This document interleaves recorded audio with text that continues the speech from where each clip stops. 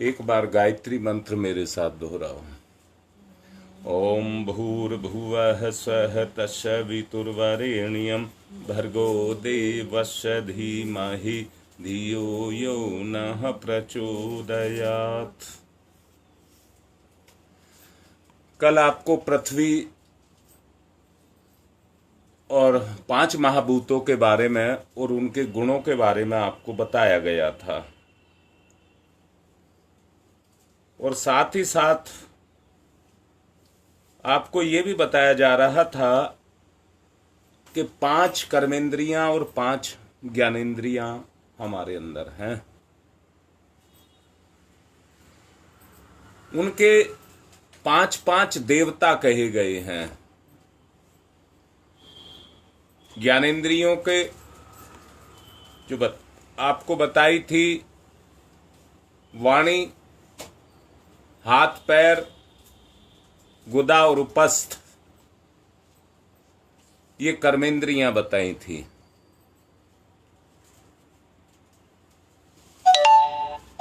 और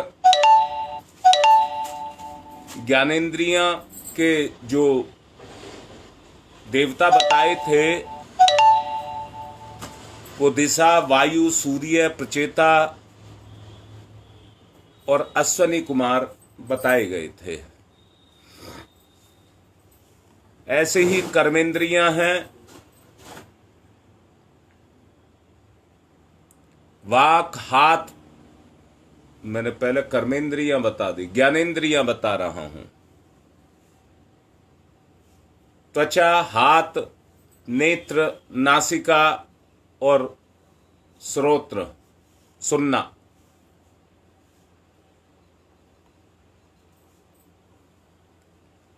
और इनके देवता बताए गए हैं, कर्मेंद्रियों के देवता। ज्ञानेंद्रियों के पहले बताए थे, वही इंद्र, विष्णु, मित्र और प्रजापति।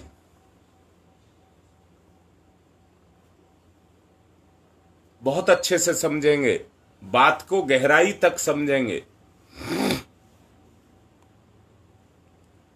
किसी भी कर्म को तुम करते हो तो कर्म का उद्देश्य साथ लगा होता है। देवताओं को भी देवता इंद्र, सृजन के देवता विष्णु, कर्म के साथ अपनी मित्रता और प्रजा पालन में हमारा सहयोग, ये 5 देवता हैं जो कर्म के देवता हैं। ज्ञान के जो देवता हैं, दिशा, इन दिशाओं को मत कहना। आपकी मन से दिशा क्या है? आपके मन की अपनी दिशा क्या है, जिसको जीवन की दिशा कहा जा सकता है। वायु, उसकी तरह से व्यापक। सूर्य, उसके समान तेजवान। प्रचेता, सबके अंदर समाया हुआ। और अश्वनी कुमार, सबको स्वस्थ जीवन देने वाला।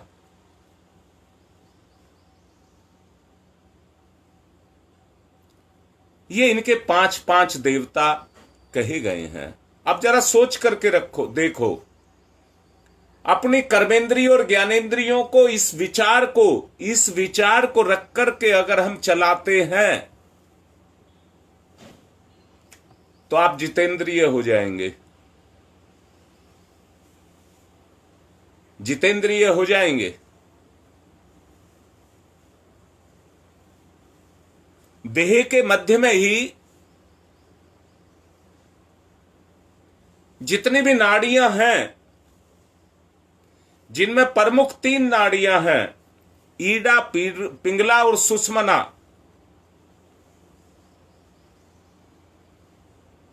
वैसे 10 प्रधान नाड़ी कही गई हैं जो पूरे शरीर में जाल के रूप में बखेरे हुए हैं। नाड़ियों का जो प्रमुख कार्य है, मैंने पिछले दिनों एक प्रवचन में बताया था, नस और नाड़ी दो चीज हमारे शरीर में जाल के रूप में बिछी हुई होती हैं।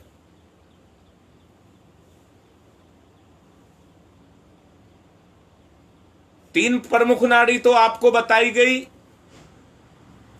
जिसमें परम पूज्य गुरुदेव ध्यान के माध्यम से आपकी चेतना को मूलाधार से उठा करके और सहस्रांश तक लेकर के जाते हैं। परंतु 10 नाड़ियों का पूरे शरीर में जाल बिछा हुआ है जो पूरे शरीर को चेतना देते हैं। नाड़ियों का जो मुख्य काम है वह एनर्जी का आदान प्रदान करती है।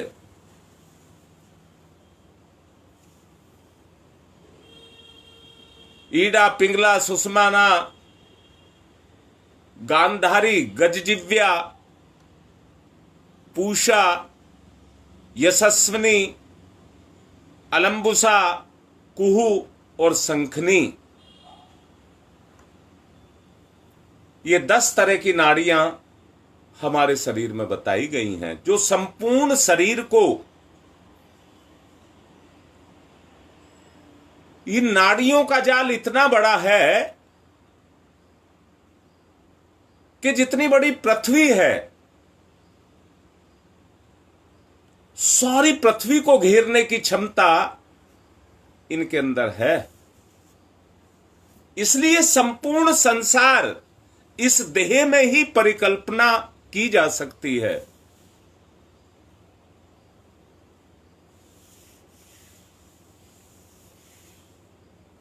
मैंने अभी कहा, इन नाड़ियों को संचालित करने के लिए प्राण की आवश्यकता होती है। प्राण भी 5 प्रकार के हैं। प्राण, समान, उदान, व्यान और अपान।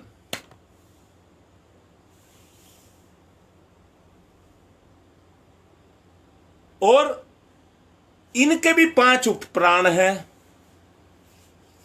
इन प्राणों के भी 5 उपप्राण हैं।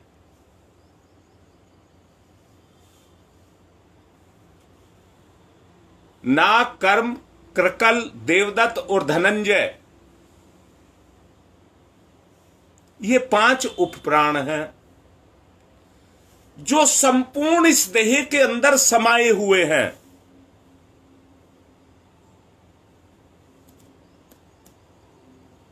दोबारा से कहता हूं,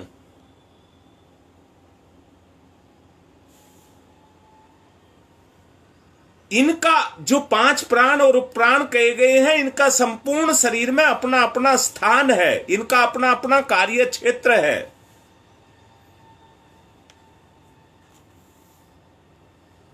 जैसे हृदय में प्राण वायु होती है, हृदय में प्राण वायु, वैसे ही मत मानना नाक से आप सांस लेते हैं, फेफड़े में जाता है, फेफड़े से हृदय में जाता है, वहां से डिस्ट्रीब्यूट होता है।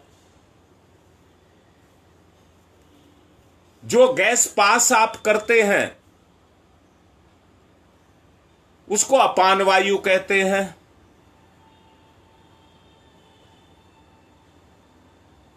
नाभि के अंदर जो पेट में भरी होती है उसको समान वायु कहते हैं। जो गले में डकार के रूप में आती है उसको उदान वायु कहते हैं। और संपूर्ण शरीर में जो क्रियाशील होती है उसको व्यान वायु से व्याप्त मानना चाहिए। कृकल नाम की वायु पेट में क्षुधा का काम करती है।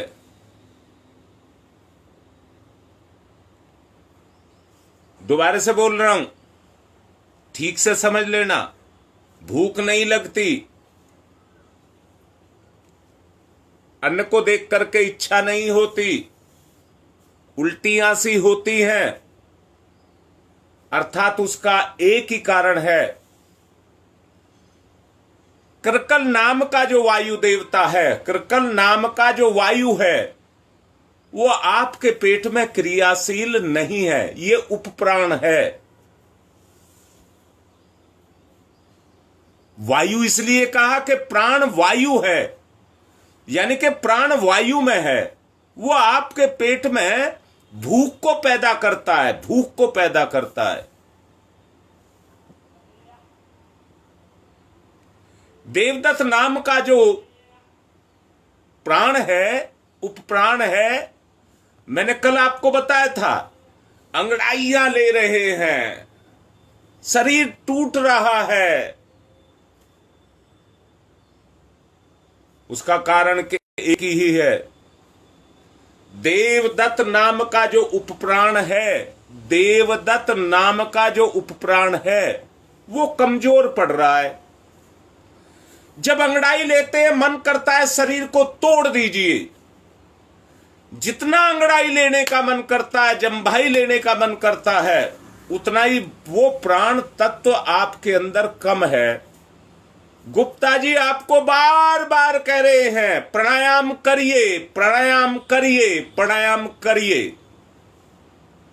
अगर 10 के 10 प्राणों का संतुलन आपको बनाना है, मैं कह रहा हूं मत करो, वो कह रहे हैं करो, मैं कह रहा हूं मत करो। निर्णय तो आपको करना है, नुकसान किसका है और फायदा किसका है। कलयुग इसी को इसलिए ही कह रहे हैं कि आज का आदमी अपने भले को भला नहीं समझ रहा, और जो भले की बात कह रहा वो उसका दुश्मन।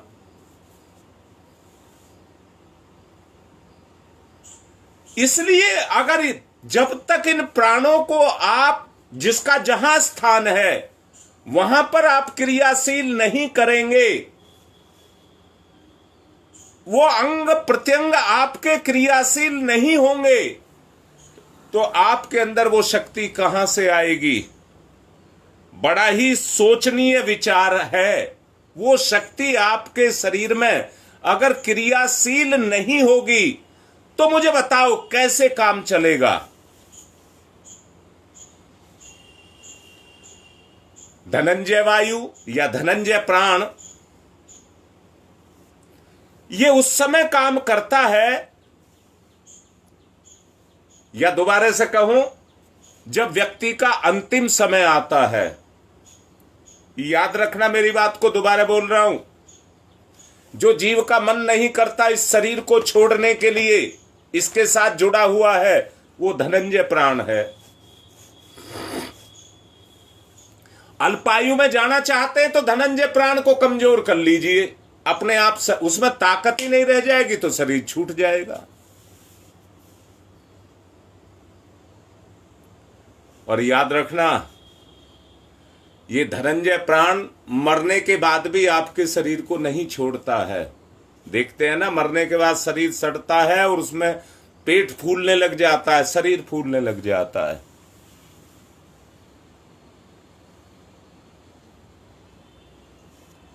एक बात कह रहा हूं, मुंह से तो सब अन्न खाते हैं,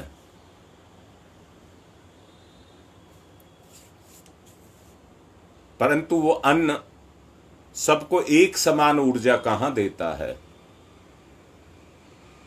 एक समान ऊर्जा कहां देता है। मुंह से तो सब अन्न खाते हैं। मैं कल एक प्रवचन सुन रहा था परम पूज्य गुरुदेव का। वो कह रहे थे पेड़ों पे भी पुष्प खिलते हैं और बाहर आती है, चिड़िया भी चहचहाती है, उसके जीवन में भी बाहर आती है, पशुओं के जीवन में भी बाहर आती है।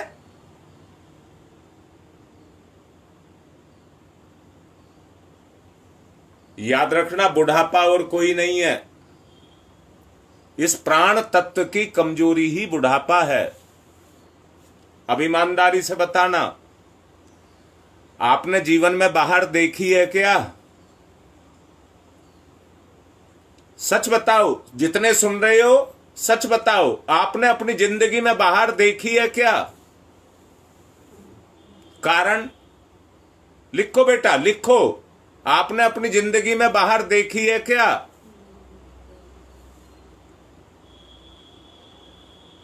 देखोगे कैसे?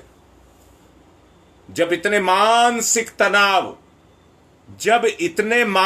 तनाव आप अपने ऊपर लिए हुए हैं, अगर आपको अपनी जिंदगी में बाहर देखनी है, तो जिस प्राण को आप बेमोल बहाते हुए चले जा रहे हैं, उस प्राण की रक्षा आपको करनी पड़ेगी। सच को देखो, सारी जिंदगी आदमी अपने इस मानव जीवन को मौज मस्ती के लिए मान रहा है, इस जीवन को मौज मस्ती के लिए इसका प्रयोग कर रहा है। शुभम बेटा, कोई नशा कर रहा है तो कोई व्यसन कर रहा है, और सच को देखो, वही अच्छा लगता है, वही अच्छा लगता है। यौवन कहां से आएगा? फूल कहां से इसके अंदर खिलेंगे? सहयोग कहां से इसे मिलेगा? इस बारे में तो सोचने की बात है कि नहीं है?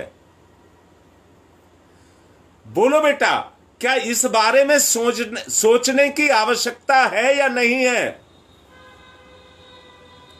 हाँ नीलम बेटा, ये सारे की सारी जो क्रियाएं हो रही हैं, प्राण तत्व की कमजोरी के कारण हो रही हैं।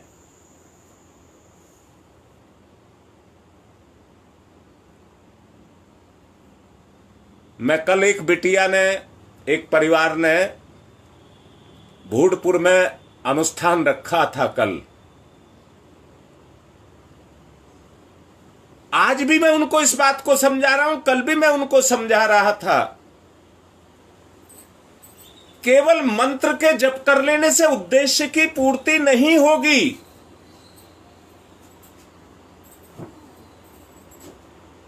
उद्देश्य की पूर्ति के लिए उस रास्ते पे भी तो चलना पड़ेगा। अगर हम जप करते रहे, बैठे रहे एक जगह जप करते रहे, अरे ऊपर वाला आपको प्रेरणा देता है, प्रेरणा देता है। अंतरात्मा की बात को तो मानिए, आप किसी की बात मत मानिए, पर क्या अपनी अंतरात्मा की बात भी नहीं मानेंगे? नहीं मानोगे तो इसी तरह से मार खाओगे। जो अभी चल रहा है, जिस ढर्रे पर, मैं फिर से कह रहा हूं, गुप्ता जी मुझे बार बार टोकते हैं, प्रवचन को सुनकर के क्या तुम बहुत बड़े आदमी बन गए? उतारना जरूरी है। मैं बड़ा प्यार और लाड करके आपको कह रहा हूं, जीवन में उतारना बहुत जरूरी है।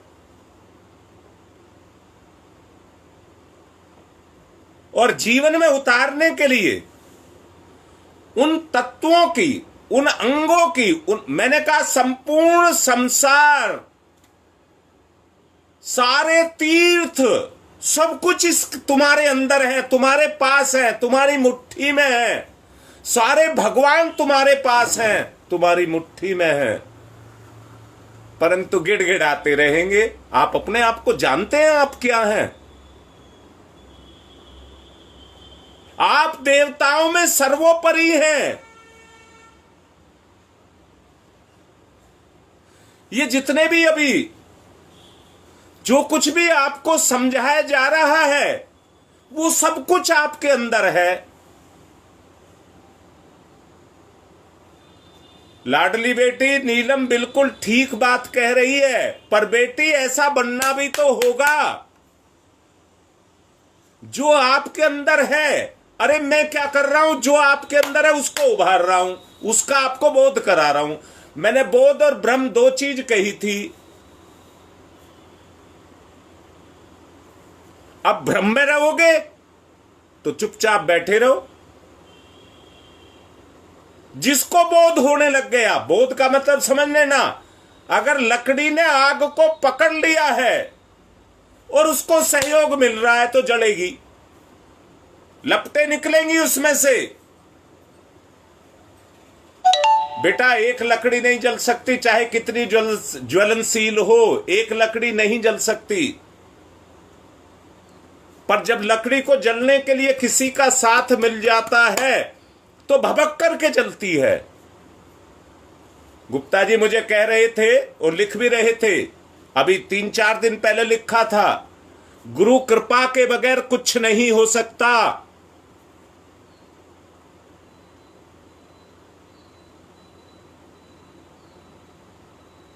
अगर मैं तो कह रहा हूं, मुझे बताओ, गुरुदेव क्या आपका साथ नहीं दे रहे हैं? गुरु तो कृपा कर रहा है, पर गुरु पर कृपा आप कब करोगे? गुरु आप पर कृपा कर रहा है, पर आप गुरु पर कृपा कब करोगे, उस समय की आवश्यकता है।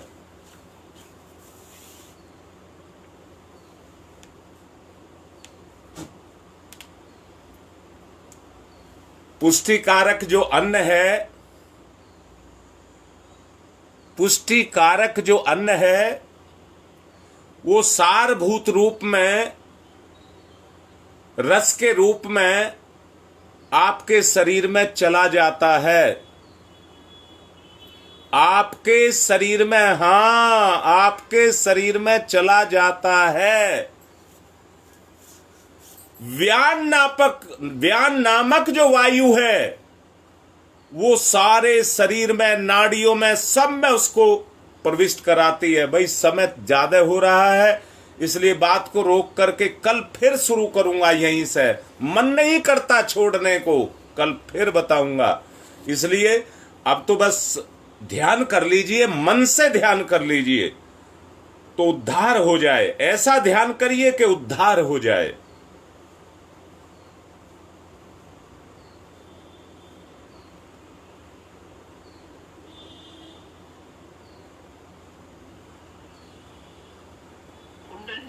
जागरण की ध्यान धारणा। ध्यान एक ऐसी ज्ञान प्रज्ञा।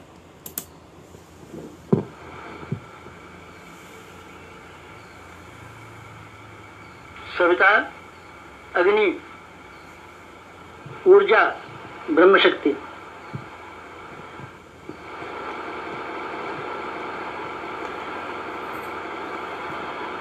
सविता ब्रह्म, सविता वर्चस्व, ब्रह्म वर्चस्व सविता।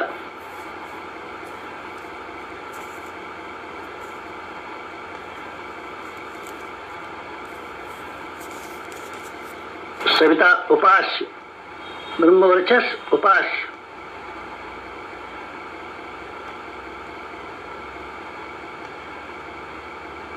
एकत्व अद्वैत। साधक का सविता को समर्पण।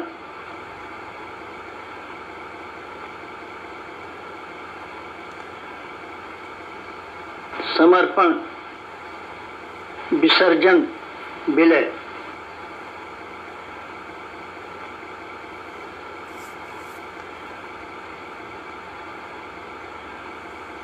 साधक सविता एक, भक्त भगवान एक, एकत्व अद्वैत।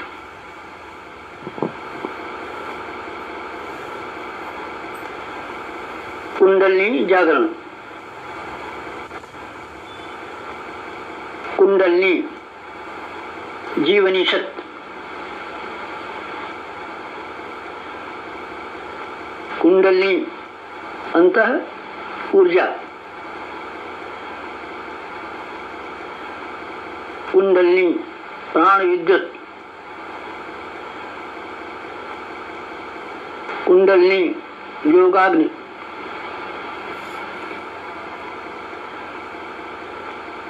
कुंडलिनी ब्रह्म ज्योति।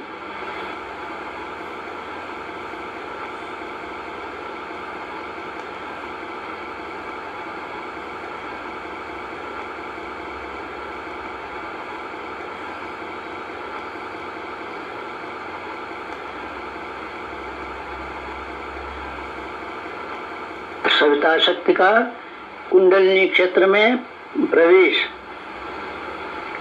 मूलाधार क्षेत्र में प्रवेश सविता का।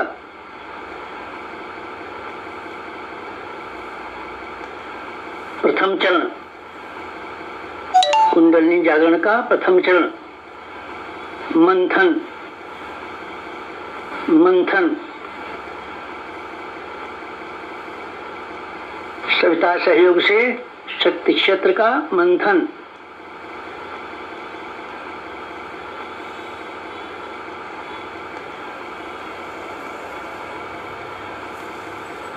मूलाधार मंथन,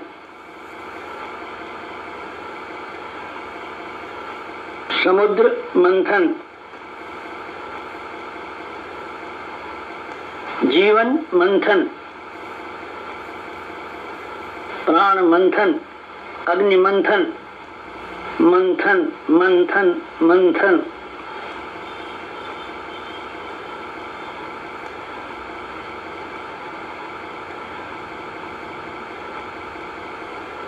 मंथन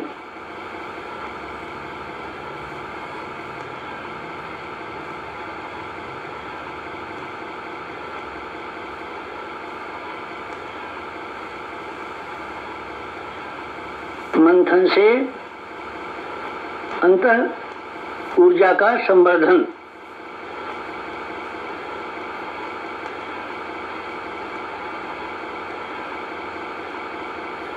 अग्निशिखा प्रज्वलन,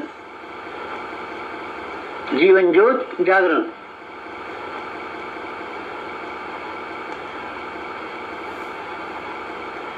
द्वितीय चरण, ऊर्ध्वगमन।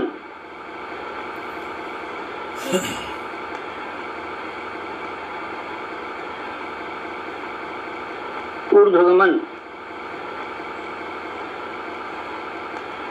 सविता सहयोग से जागृत शक्ति का ऊर्ध्वगमन।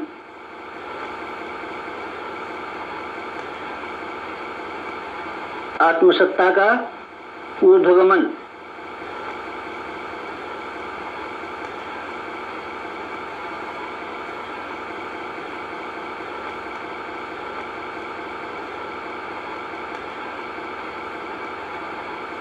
कुंडलिनी का ऊर्ध्वगमन।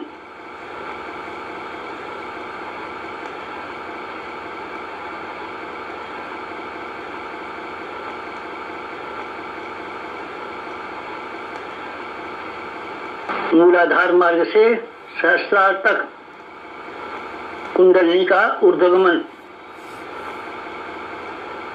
मेरुदंड मार्ग से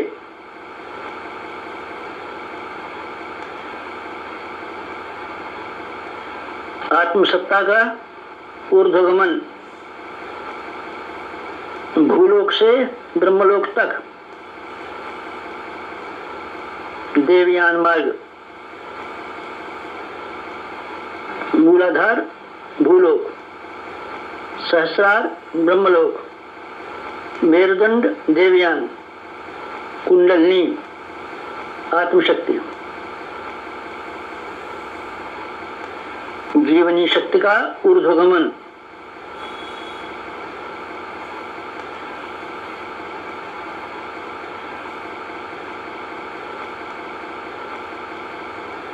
उत्थान, उत्कर्ष, अभ्युदय।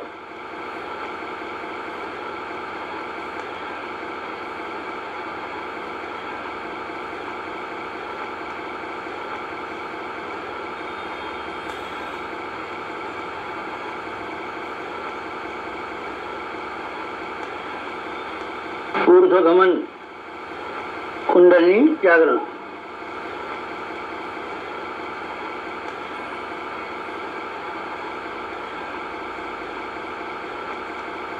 तृतीय चरण, वेधन, शोधन, जागरण।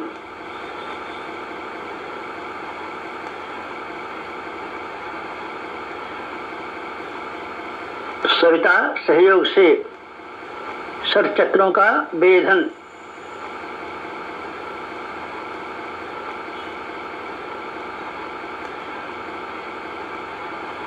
मेरुदंड मार्ग के 60 चक्रों का भेदन।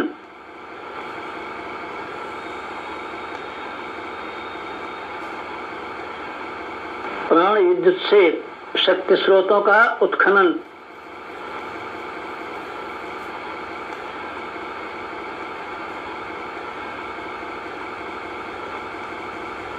चक्र भेद, शब्द भेद, लक्ष्य भेद।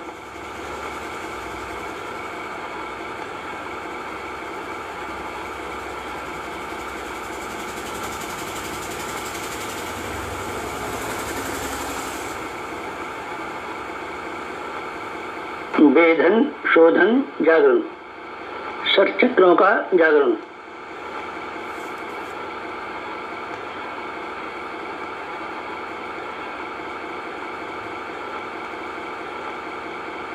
मूलाधार चक्र जागरण।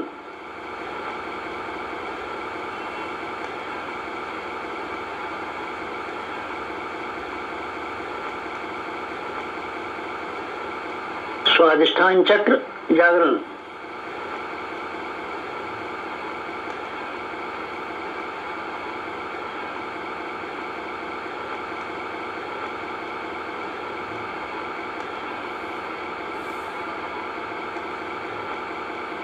मणिपुर चक्र जागरण।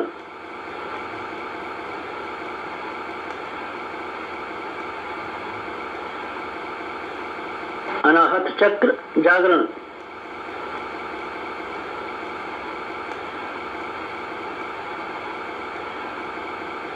विशुद्धि चक्र जागरण।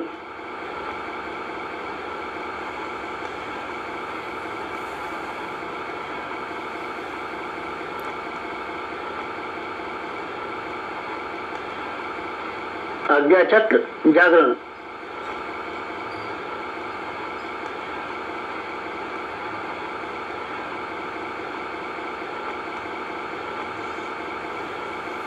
षट चक्र जागरण।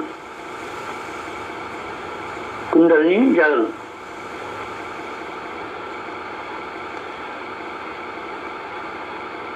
चतुर्थ चरण।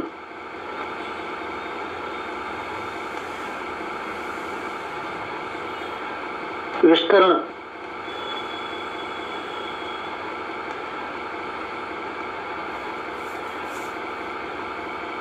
सविता सहयोग से योगाग्नि का विस्तार।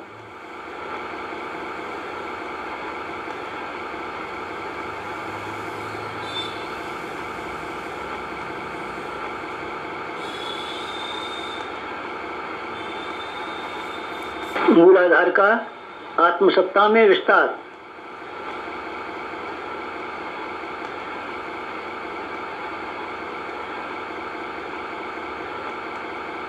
आत्मसत्ता का विश्व सत्ता में विस्तार, ब्रह्म सत्ता में विस्तार।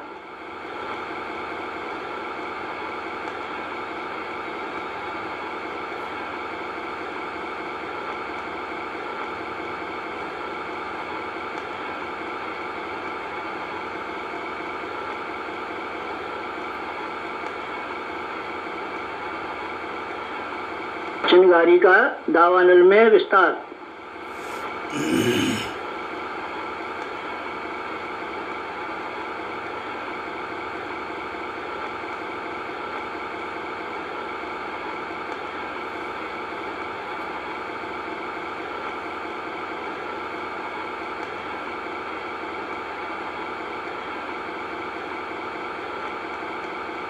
ज्योति का ज्वाला में विस्तार।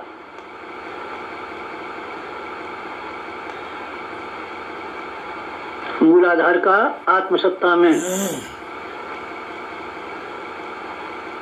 आत्मसत्ता का विश्व सत्ता में, ब्रह्म सत्ता में।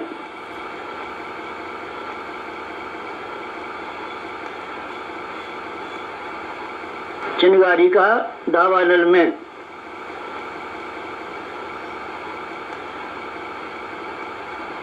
ज्योति का ज्वाला में विस्तार। विस्तरण, जागरण, कुंडलिनी जागरण।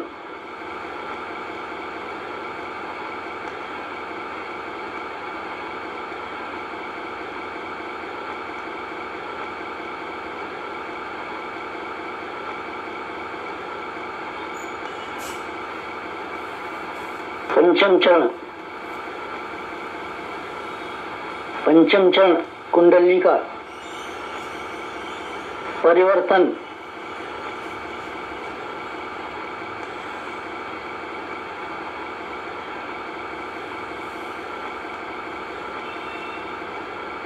मूलाधार का सहस्रार में परिवर्तन।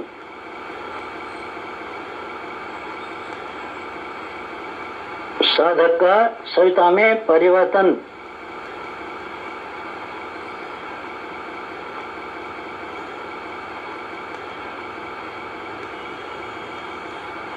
आत्म ज्योति का ब्रह्म ज्योति में परिवर्तन।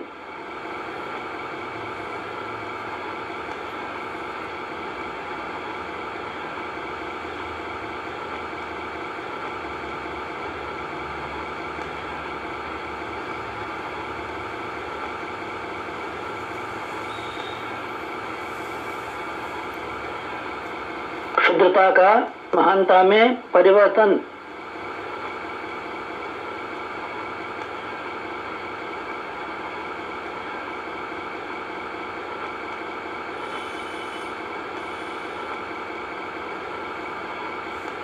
कामना का भावना में परिवर्तन।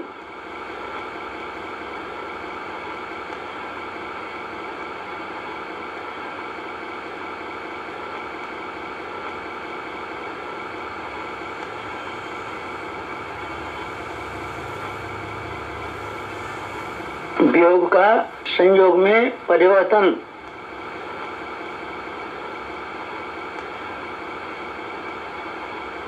नर का नारायण में परिवर्तन।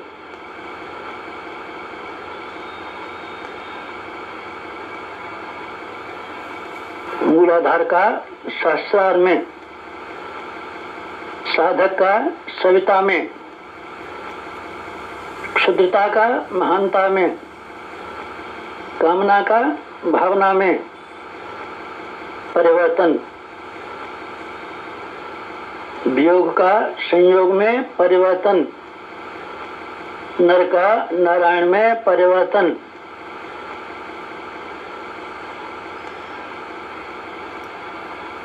परिवर्तन, संवर्धन, जागरण, कुंडलिनी जागरण।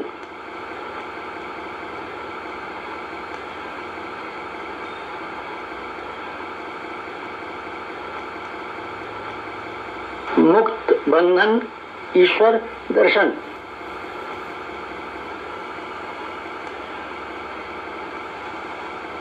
कुंडलिनी जागरण। जीवनी शक्ति जागरण। अंतर ऊर्जा जागरण।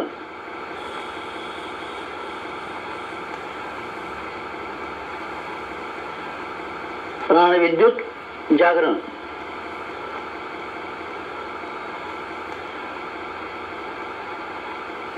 योगाग्नि जागरण। ब्रह्मज्योति जागरण।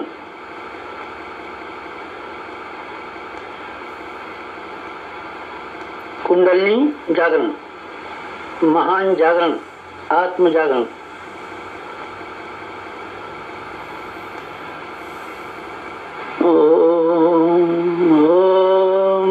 तमसो मा ज्योतिर्गमय। तमसो मा ज्योतिर्गमय। तमसो मा ज्योतिर्गमय।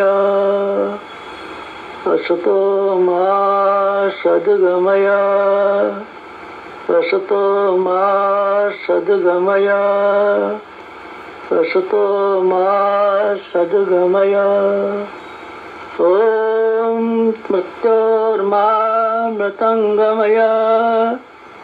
मृत्योर्मा मृतंगमय।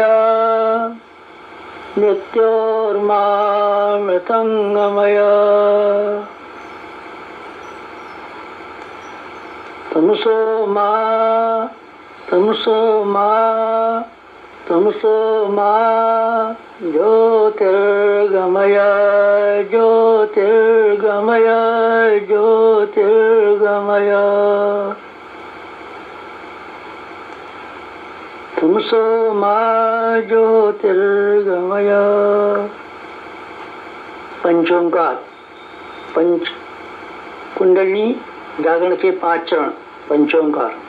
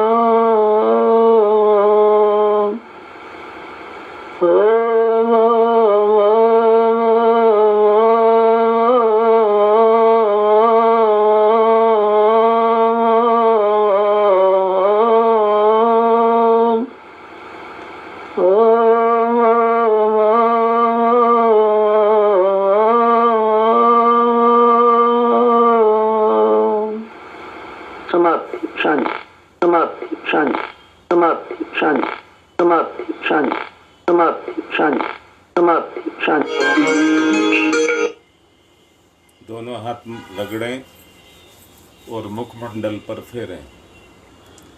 एक निवेदन करना चाहूँगा, जो प्रवचन में समझाया जा रहा है उसकी संगति, ध्यान का लिंक आपको भेजा हुआ है, किसी के पास ना हो तो ले ले। जो कुछ बोला जा रहा है उसकी संगति वहां पर जाकर के मिलाएं, तुलना करें, देखें। मैंने पिछले दिनों एक बात और कही थी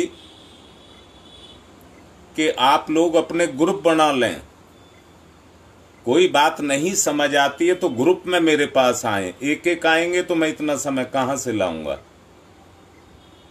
इसलिए ग्रुप में आकर के अगर बोध को आपको जगाना है तो और कोई तरीका नहीं है। पूछिए, जहां समझ नहीं आ रही है बात उसको पूछिए। कोई भी काम बगैर जागरण के नहीं चलेगा। अगर आदमी करेगा तो स्वार्थ में करेगा, परहित के लिए, परमार्थ के लिए। मैं तो कह रहा हूं एक ऐसा बाग लगाया जा रहा है जो पुण्य के लिए है, पुण्य के लिए। कुछ कार्यकर्ताओं को, कुछ अपनों को छोड़ करके, कुछ अपनों को छोड़ करके बाकी सब देखा देखी चल रहे हैं। भेड़ चाल नहीं चाहिए। इसलिए बहुत शीघ्र एक मीटिंग रखी जाएगी। उस मीटिंग में आप अपनी बात करिए, पूछिए क्या किया जा रहा है, क्यों किया जा रहा है। तो निवेदन फिर से कर रहा हूं, नीलम बेटा मैं आज ही भेज दूंगा आपके पास लिंक। आप जो प्रवचन में समझाया जा रहा है उसकी संगति बनाइए और दिन में करिए उस ध्यान को और देखिए उसमें प्रैक्टिकली गुरुदेव उस चीज को जगा रहे हैं कि नहीं जगा रहे हैं आपके अंदर। आप उस बात को समझिए कि ये सब किया जा रहा है तो इसका उद्देश्य क्या है। आज की बात को यहीं संपन्न कर रहा हूं और दोबारा से कह रहा हूं, किसी को कोई बात समझ नहीं आ रही है तो वो पूछें। आज की बात संपन्न।